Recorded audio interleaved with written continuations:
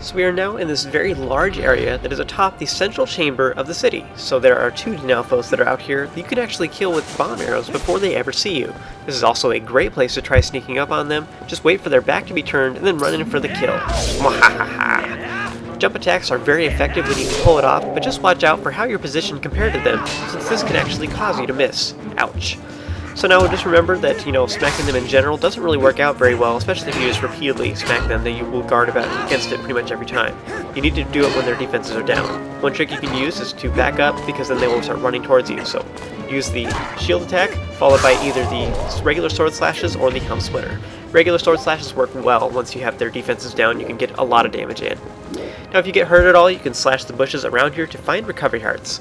Now this next Dynalfos I shot with arrows just because I find it humorous watching them flail around. What can I say? I enjoy torturing lizard men apparently. Now here I'm just going to play around a little bit, just trying different things, even though some of these I realize aren't very effective, and I'm trying to make a point here. Bombs, for example, don't work very well since they will usually just avoid them. These guys aren't really, I wouldn't say they're smart necessarily, but they're not stupid either. They keep their defenses up a lot, and they're actually, you can hurt them with pretty much any attack in your arsenal. It's just that they defend against most of the stuff all the time. Their defenses are only down for a split second. So what you want to do is either attack while they're attacking, or try and catch them in one of those moments when their defenses are down. So you can trick them into making their defenses down as well. So all that goes to say, you can hurt them with anything, but basically the only real way to damage these guys is to use any attack that is quick, or that you can plan out very well. Slower attacks will hurt them as well, but you have to do it at just the right moment, so faster attacks are better. Once you have defeated it, you want to use the claw shot to latch onto the vines that are against the wall. This will allow you to get up to the top very quickly. Drop down onto the platform as soon as possible, and use the hero's bow to kill any Kargoroks that are flying around. After that, you want to kill the Kargoroks that are perched on the ledges nearby, or else they will come after you on their own. You want to transform into a wolf and use the ropes to get across to the central platform. Now you can continue following the other ropes, but real quick, there's a secret we can grab. You want to circle around this platform to the south, and then from here you want to take on your Hylian form. Shoot the wall tulas that are on the vines here, then climb the vines and use them to get over to the other platform.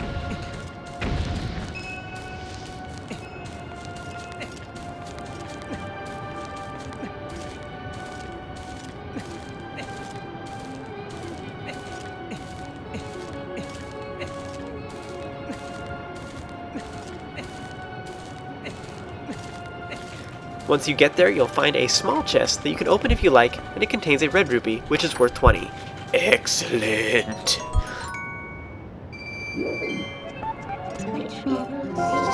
Transform back into your wolf form and follow the ropes here that lead onto the far west platform, where there's another chest is located that you can see on your minimap. You'll hear a Poe here as well, which will come down and attack you after a moment. Go ahead and defeat our airborne little friend to receive Poe Soul number 57. We almost have them all! Yay!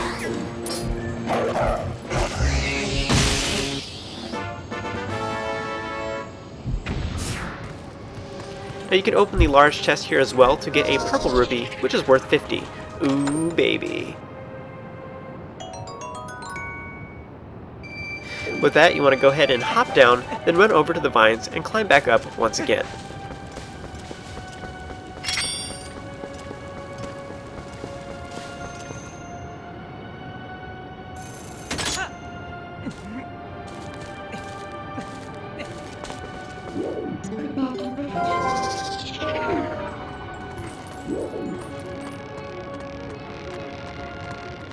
This time around, we'll take the other route along the ropes, which will eventually lead to a doorway into the upper portions of the central chamber.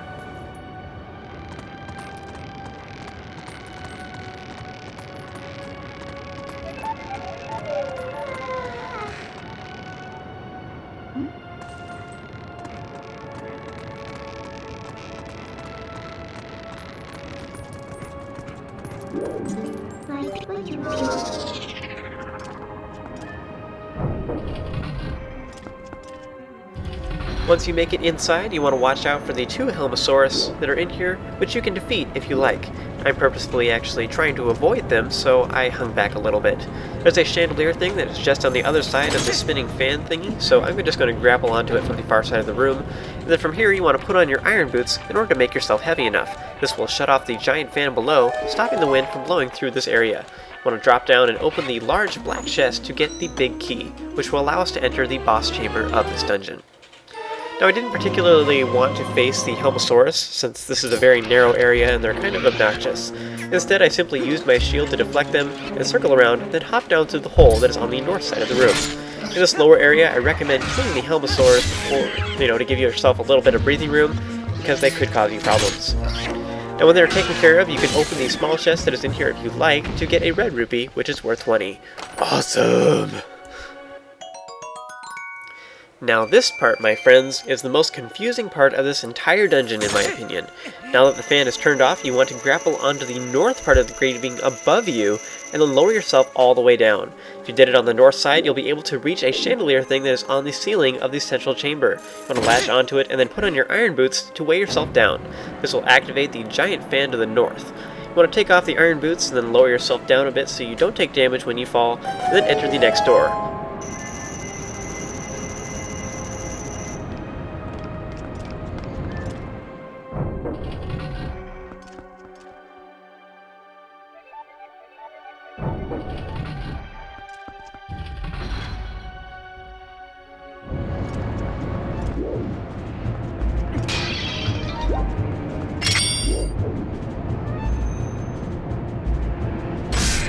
As usual with these outdoors areas, you want to shoot the Kargoroks before we venture onward, otherwise you'll quickly regret it. And once you have them all taken care of, you'll have to endure this very lengthy process of repeatedly using the double claw shot to latch onto these now spinning propeller thingies.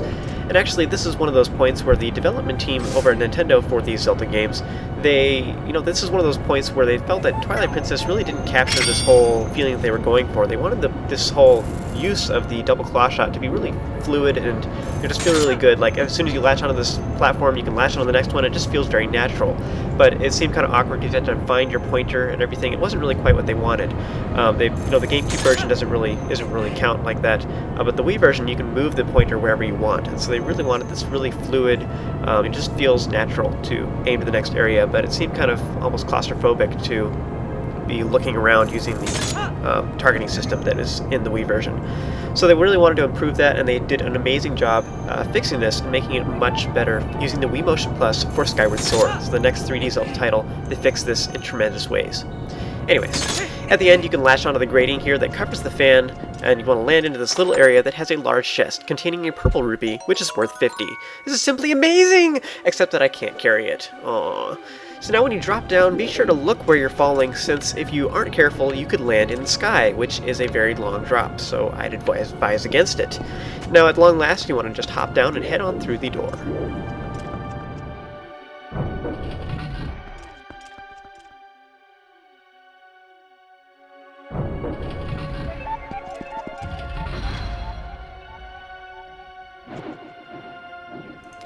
As soon as you enter this very large room, you'll see a short cinema that shows off the room itself, as well as making you notice that there's these spinning propeller thingy-majiggers. But once you regain control of Link, though, you'll find that there is not one, but two Aerofols at once. We just fought them as one as a mini-boss, and now we're fighting two at once? Crazy.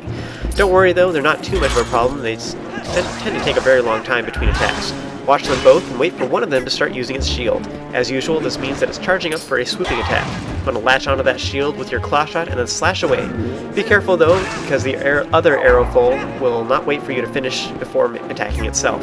But roll if one of them tries to swoop at you, and just remember that if one of them is on the ground, the shield attack is very effective at stunning it and getting some sword slashes in.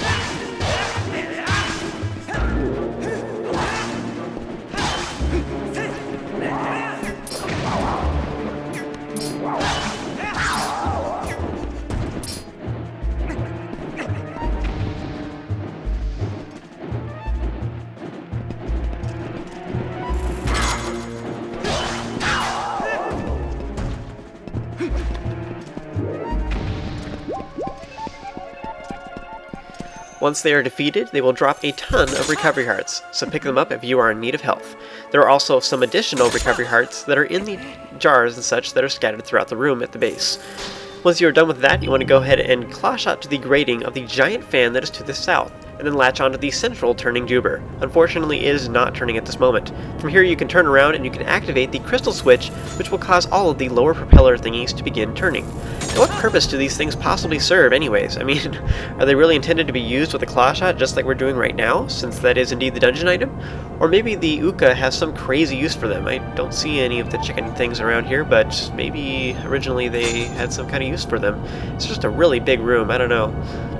Anyways, once you get to some of the highest alcoves, you will find some of the blue chews here you can actually kill and put their jelly within a bottle, which will restore all of your hearts if you drink it. Now be careful to snag it real quick if you want to, however, because they will combine with the nearby purple chew, so that will turn them into purple chews, and then you will not be able to put them in a bottle. So once you get to the very top, you will find that the contraption is not spinning, so you want to latch onto it and activate the crystal switch, which is to the north. This will actually make it spin just like all the other ones, so you have to wait a moment, then latch onto the target once it comes into view. This will make you pop out right in front of the boss door. Now, if you have any recovery hearts that you need to snag last minute, you can smash the jars that are nearby to get any recovery hearts if you need them. So you want to join me for the next video, where I will show you how to defeat the boss of the City in the Sky.